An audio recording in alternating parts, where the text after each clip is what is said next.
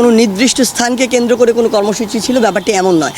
আমরা বিভিন্ন মাধ্যমে জানতে পেরেছিলাম যে এই 15ই আগস্টকে কেন্দ্র করে আওয়ামী লীগের যে তারা একটি শোক দিবস পালন করে থাকে, সেটিকে কেন্দ্র করে ঢাকায় তারা একটি বড় জমায়েত হবে, যার পিছনের উদ্দেশ্য হচ্ছে এখানে দেশে এবং দেশের বাইরে থেকে বিভিন্ন চক্রান্ত হওয়ার সম্ভাবনা রয়েছে এবং আমাদের যে একটি জনবিপ্লব হয়েছে, গণবিপ্লব হয়েছে, সেটির বিপরীতে গিয়ে একটি প্রতি বিপ্লব ঘটানোর সম্ভাবনা রয়েছে। সেই জায়গা থেকে আমাদের স্পষ্ট যে অবস্থান সেটি ছিল এরকম যে 5 আগস্ট যে পুরো বাংলাদেশে ছাত্র জনতার যে একটি বিপ্লব হয়েছে, এটি তো আসলে 16 বছর যে ফ্যাসিস্ট সরকার তাদের যে অত্যাচার নিপীড়ন, এটির বিরুদ্ধে গিয়ে এই বিপ্লবটি হয়েছে পুরো বাংলাদেশের মানুষের যে অংশগ্রহণে। সেখানে এখন যদি প্রতি বিপ্লবটি হয়, এটি হচ্ছে আসলে একটি চক্রান্তের ফলে, দেশ এবং দেশের বাইরে চক্রান্তের ফলে এই যে দেশের ছাত্র জনতার যে বিপ্লব সেটির বিপক্ষে গিয়ে, অর্থাৎ ছাত্র জনতার বিপক্ষে গিয়ে একটি চক্রান্তর মাধ্যমে হবে, যেটা আমরা হতে দিতে পারি না। সেই জায়গা থেকে আমাদের জায়গা থেকে কর্মসূচিটি ছিল এমন যে আমরা ঢাকা সহ দেশের বিভিন্ন জায়গায় আসলে শান্তিপূর্ণ একটি অবস্থান করব। আপনারা দেখেছেন, আমি নিজেও, আমরা কয়েকজন সমন্বয়ক সহ শাহবাগে ছিলাম। আমরা যখন শাহবাগের মোড়ে যাই, তখন আমাদেরকে কিছু আইনশৃঙ্খলা রক্ষাকারী বাহিনী বা কিছু আর্মি অফিসার এসে অনুরোধ করে যে এখানে যদি আজকে আমরা কর্মসূচি করি 4 রাস্তার মোড়ে, তাহলে মানুষের ভোগান্তিটি বাড়বে।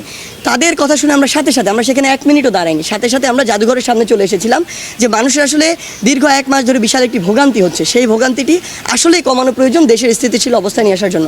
আমরা সরে এসেছি সেখান থেকে। কিন্তু আমরা আমাদের জায়গা থেকে এটি লক্ষ্য করেছি যে ধানমন্ডি 32 ঢাকার বিভিন্ন স্থানে এমন অনেক অনাকাঙ্ক্ষিত ঘটনা হয়েছে যেগুলো আমাদের এই গণঅভ্যুত্থানের স্পিরিটের সাথে যায় না। আমরা যে বাংলাদেশের প্রত্যাশা করি, সেই যে বাংলাদেশের স্বপ্ন দেখি, সেটির সাথে আমরা এটা কখনো যায় না। যেমন আমি কয়েকটি উদাহরণ দিই।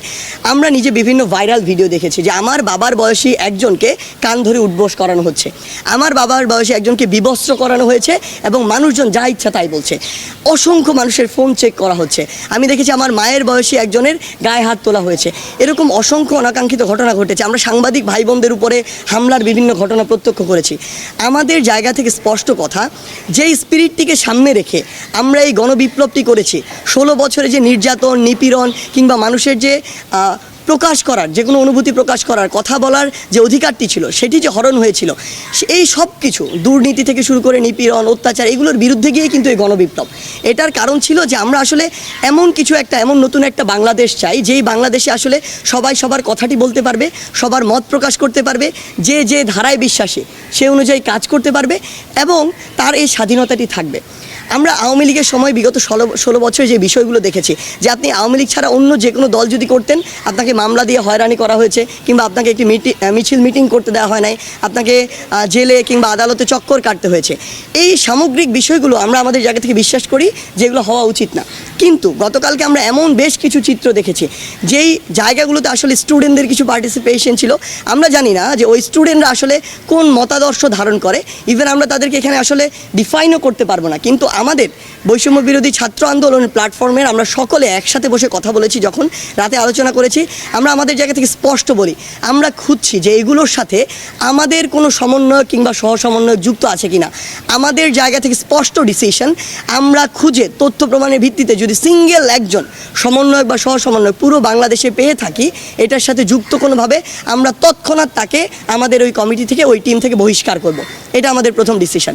দ্বিতীয় ডিসিশন ওই জায়গাটিতে আমাদের যে এরকম কাউকে যদি আমরা পাই যেই ঘটনাগুলো অতিরঞ্জিত হয়েছে, আসলে ওই ঘটনার সাথে সম্পৃক্ত, এবং ভবিষ্যতে যদি এমন অতিরঞ্জিত কোনো ঘটনা হয়, তাহলে এই রিলেটেড সকলকে আইনের মাধ্যমে, কারণ তারা মানবাধিকার লঙ্ঘন করেছে, তারা যে কাজটি করেছে, মানে একজন মানুষকে বিবস্ত্র করা থেকে শুরু করে গায়ে হাত তোলা, এগুলো কোনো দিন আইনসঙ্গত নয়। সেই জায়গা থেকে তাদের আইনগত ব্যবস্থা নেওয়ার জন্য যা করা প্রয়োজন, একটি প্রেশার গ্রুপ হিসেবে বৈষম্য বিরোধী ছাত্র আন্দোলন সেই কাজটি করবে। এবং আমাদের যেমন 2 জন ছাত্র প্রতিনিধি আসলে অন্তর্বর্তীকালীন সরকারে রয়েছে, সেই জায়গাতেও তাদের মাধ্যমে যেভাবে বিচার নিশ্চিত করা যায় আমরা সেই কাজটি করব। আরেকটি আমাদের অবস্থান আমরা স্পষ্ট করি, আমরা আমাদের জায়গা থেকে এটি বিশ্বাস করি বাংলাদেশে বিভিন্ন ধরনের রাজনৈতিক আদর্শের দল থাকতে পারে। 2013 সালে আমরা দেখেছিলাম হেফাজতে ইসলাম যখন তাদের মতিঝিলে এই যে সমাবেশটি করেছিল, ওই সময়ে পুলিশকে কাজে লাগিয়ে, পুলিশকে অপব্যবহার করে আওয়ামী লীগ তার ক্ষমতার অপব্যবহার করে অসংখ্য আলেম ওলামাদেরকে কান ধরে উঠবস করিয়েছিল। সেই সচিত্র ছবি এবং ভিডিও এখন আমাদের কাছে আছে। আওয়ামী লীগ যা করেছিল তার ফল আওয়ামী লীগ এখন ভোগ করছে, ভবিষ্যতে ভোগ করবে। কিন্তু সেম কাজটি আওয়ামী লীগ যাওয়ার পরে আরেকজনের যদি ওই নির্যাতকের ভূমিকা অবতীর্ণ হয়, সেটি আমরা কখনো মেনে নিব না। সেটির জন্য আমরা কখনো এই যে গণঅভ্যুত্থানটি হয়েছে সেটি কখনো করিনি। আমাদের জায়গা থেকে স্পষ্ট বার্তা, ওই 15ই আগস্টে ওই ধানমন্ডি 32-এ কেউ যদি আসলে তার শক্তি পালন করতে চায়, একটি ফুল দিতে যেতে চায়, আমরা তাকে আমাদের জায়গা থেকে বাধা দিতে পারি না। এটি তার ব্যক্তিগত জায়গা। সবচেয়ে বড় কথা হচ্ছে, এই স্বাধীন বাংলাদেশে যখন যে ক্ষমতা এসেছে তখন শুধুমাত্র তার যে সুপ্রিম যে মানুষটি ছিল তাকে শ্রদ্ধা জানানো হয়েছে, বাকিদেরকে শ্রদ্ধা জানানো তো দূরের কথা, বরং ছোট করা হয়েছে। আমরা বিগত আওয়ামী লীগের সময় দেখেছি বঙ্গবন্ধুকে কিংবা শেখ মুজিবুর রহমানকে বঙ্গবন্ধু থেকে শুরু করে যত বিশেষণে বিশেষায়িত করা যায় সেগুলো করা হয়েছে, এবং অতিরঞ্জিত অনেক ঘটনা নিজের মন মতো করে বানানো হয়েছে, ইতিহাস সাজানো হয়েছে। অপরদিকে আমরা যদি দেখি, শেরে বাংলাকে ফজলুল হক, মাওলানা আব্দুল হামিদ খান ভাসানী, হোসেন শহীদ সোহরাওয়ার্দী, জিয়াউর রহমান থেকে শুরু করে তাজউদ্দিন আহমেদ পর্যন্ত এই মানুষগুলো যতটুকু ন্যূনতম সম্মান প্রাপ্য কিংবা ইতিহাসের যে জায়গাটুকু তারা ধারণ করে সেটুকুও তাদেরকে দেওয়া হয়নি।